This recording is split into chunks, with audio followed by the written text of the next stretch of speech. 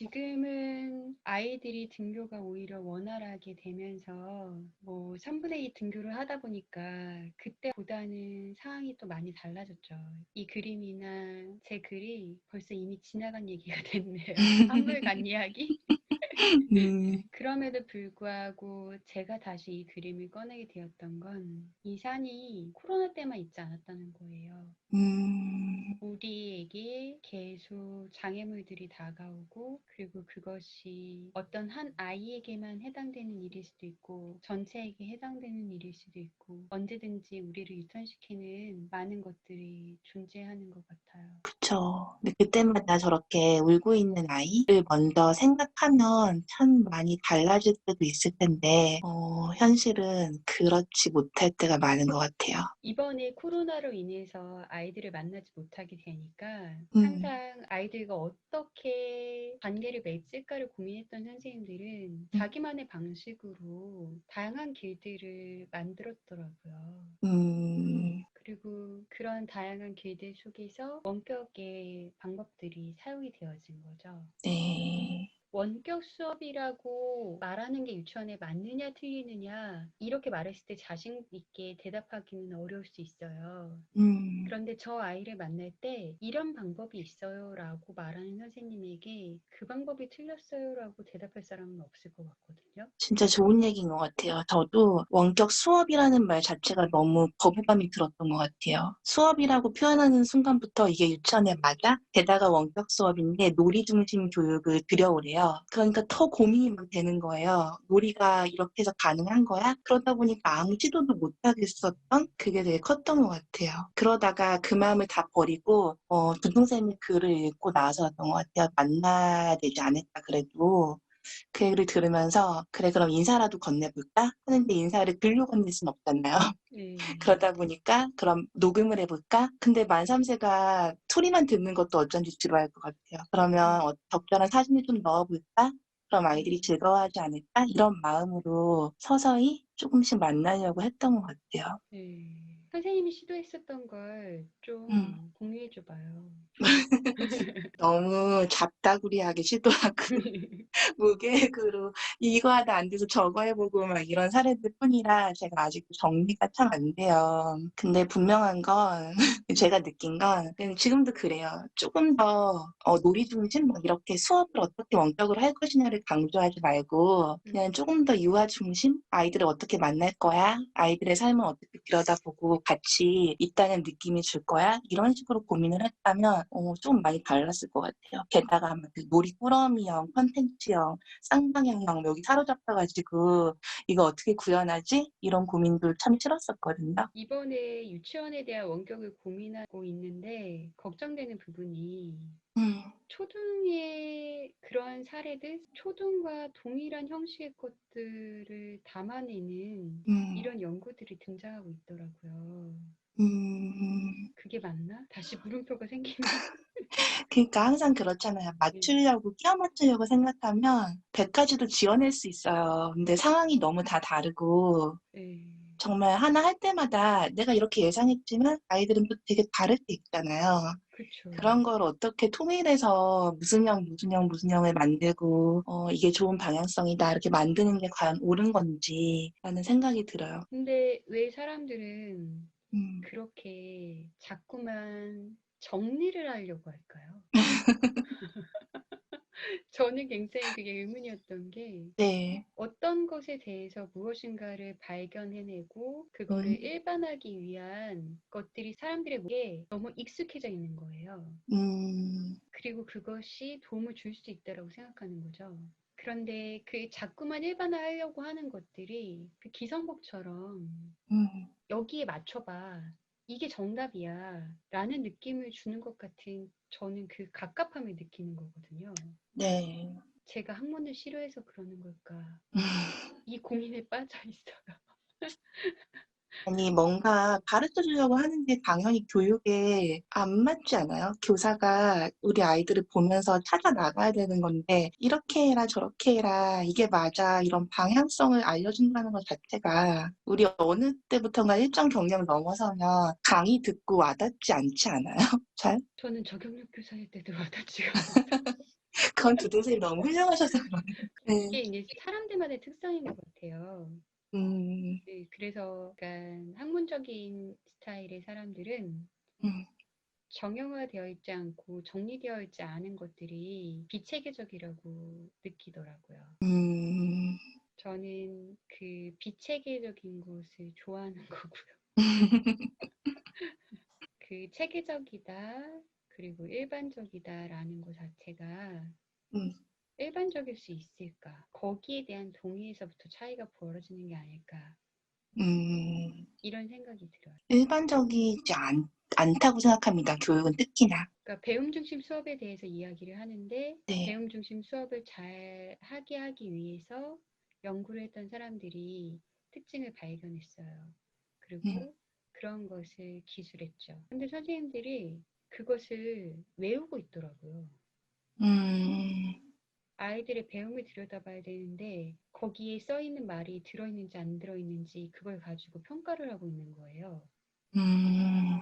그래서 정말 그 철학의 공유가 돼서 이게 일어난 걸까? 그런 의문이 들었던 일이 있었어요. 의문이 드네요.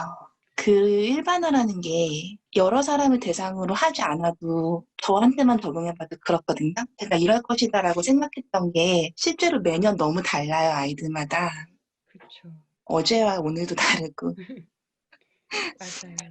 제가 원격 수업을 고민하면서 누리중심 교육을 해야 되는데, 누리중심 교육을 사랑하는 사람인데, 어떻게 해야 되나. 뭘 해도 잘 성에 안 차는 거예요. 이게 진짜 음, 놀인가? 막 이런 마음이 들어서, 어느 날은 포기하고, 그냥 이번 주는 어떤 직업 체험처럼, 오늘은 뭐 요리사가 돼봐요, 오늘은 뭐 마술사가 돼봐요, 이런 컨셉으로 집에서 엄마, 아빠와 쉽게 할 수 있는 그런 활동거리들을 줬어요. 정형화된 마술 도구를 하나 줬거든요. 놀이 중심은 전혀 아니고 너무나도 그냥 정형화된 마술 방법을 알려주고 아이들이 해보는 음, 그런 활동이었는데 예상과 다르게 제가 생각했던 그 어떤 뭐 놀이꾸러미나 정형화되지 않은 놀잇감을 줬을 때보다 굉장한 놀이가 또 일어나는 걸 볼 수 있었거든요. 아이들이 너무 집에 있는 온갖 걸 다 찾아와서 마술 쇼가 다 벌어진 거예요, 집에서. 그리고 유치원에 와서도 순간 이동 마술이라 그러면서 잠깐 눈 감아보라 그러고 다른 데 가서 서 있고 막 이런 거 있잖아요. 어이없는, 예.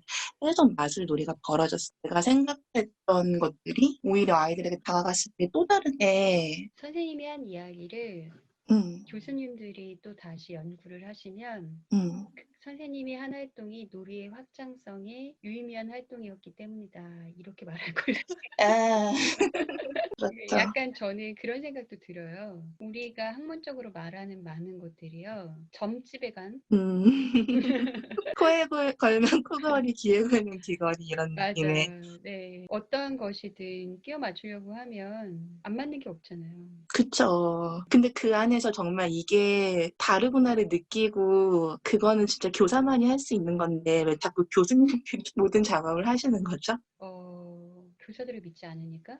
이거 빼자. 여기까지 가면 안 돼. 그래서 그러한 부분들이 교사가 스스로의 목소리를 찾아야 된다라고 얘기를 해요.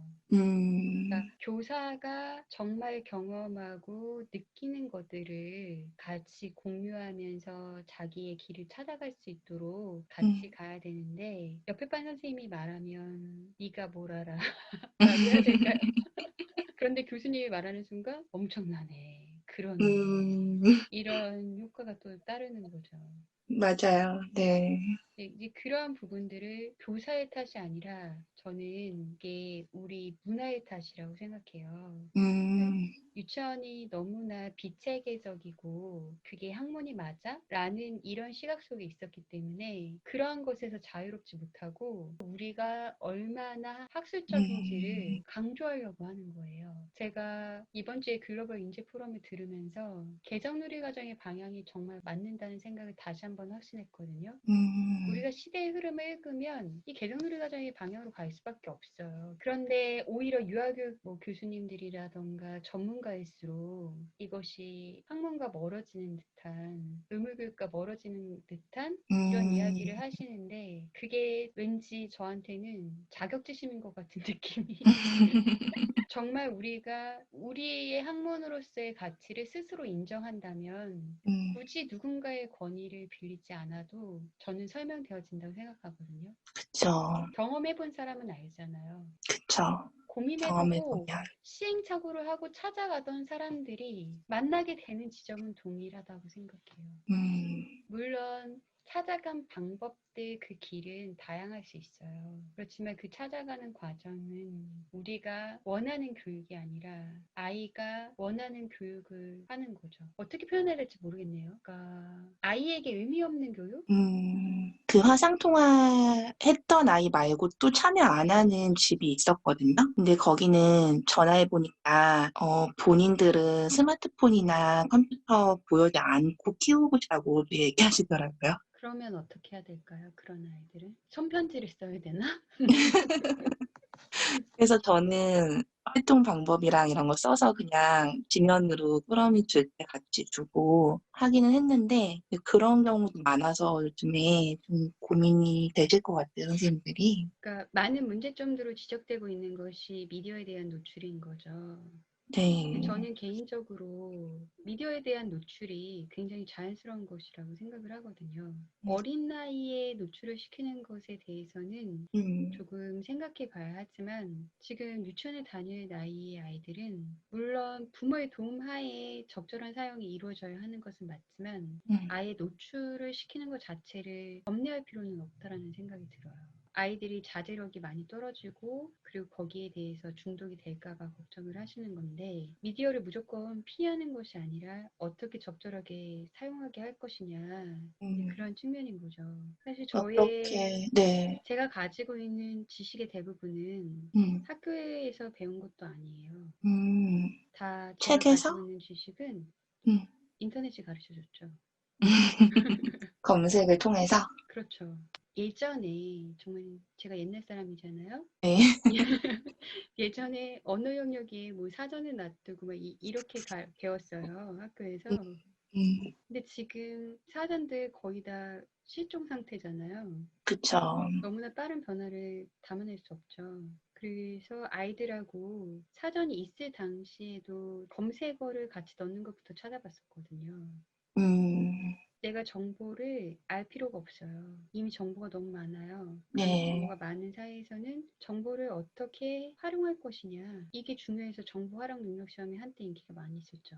저희 교사가 생각할 때는 이게 참 중요한 부분이고 따라오면 좋겠는데 그래도 이미 그것이 확고한 분들 때는 또 이게 너무 갑작스럽게 막 이루어졌잖아요. 맞아요. 설득이 조금 어려웠어요. 그래서 네. 활동 방법을 뽑아서 줬지만 그래서 그 아이가 집에서 활동은 할 수 있지만 이 원격 수업이 그게 다가 아니잖아요. 그쵸. 댓글로 서로의 놀이가 공유되고 그런 게 담아주는 과정이 필요한데 너무 안타깝더라고요. 그래서 나중에는 이제 그런 부분을 설득하면서 지금은 일주일에 한 번이니까 이제 들어오셔서 하시는데 그렇게 갑작스럽게 이루어지면서 많이 혼란스러웠던 부분들이 많았던 것 같아요. 그러니까 학부모님들이 그렇게 생각한다면 억지로 음, 설득하면서 강요할 것이 아니라 음, 그러한 가치관 자체를 같이 인정해 드리는 게 먼저인 것 같아요. 네, 그렇지만 이러한 부분도 있다. 음, 그러면 그러한 부분을 어떻게, 근데 그러한 부분들은 보통 교육에 굉장히 관심이 많은 분들이잖아요. 맞아요.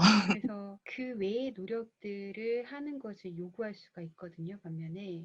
그래서 음, 이렇게 해서 못 오는 부분들을 그러면 어떤 방법으로 대안이 무엇일까에 대해서 같이 찾아가는 것을 교사가 제시하는 게 아니라 음, 같이 고민해보고 그 방법을 찾아가는 우리가 무엇인가를 하기를 두려워할 때 교사이든 학부모이든 아이든 그 두려움의 대상과 만나게 하는 것부터 시작되는 것 같거든요. 음, 선생님이 원격 수업을 하지 않을 때 왜 원격 수업을 하지 않느냐 그것이 옳지 않다고 생각해요 라는 선생님도 있지만 그것이 낯설어서 싫어요 하는 선생님도 있잖아요. 네, 그게 근데 훨씬 서로 많죠. 그쵸. 음, 그런데 그렇게 대답하는 사람은 없죠. 그쵸. 사람들마다 각자 다른 생각과 삶의 방식을 아이들에게도 인정해주는 것처럼 교사에게도 인정해주고 그 방식이 싫다면 다른 어떤 방식을 원하는지 찾을 수 있는 있는지 이걸 같이 공유해 주는 게 필요하지 않을까. 저는 그 생각이 들었던 게 선생님들이 준비가 되지 않은 상태에서 무조건 쌍방향 수업을 요구한 사례 때문에 이렇게 원격 수업에 대한 거부감이 생기기도 했다는 생각이 들거든요. 그리고 너무 준비가 다 안 되어 있었는데 네. 똑같이 해야 된다고 하니까 낯선 것도 있지만 진짜 마음이 그랬어요. 해야 된다라고 누가 했어요? 초등은 원래부터 그렇게 시작됐지만 유치원은 막 음, 그렇게 억지로 시키지는 않았죠. 그러다 잘못 왔다니까요, 고민에. 누가 초등도 그렇게 애, 시켰어? 막 초등도 애같다니까요. 제가 최대한 자제하려고 하는데 항상 그 땡땡이 문제군요.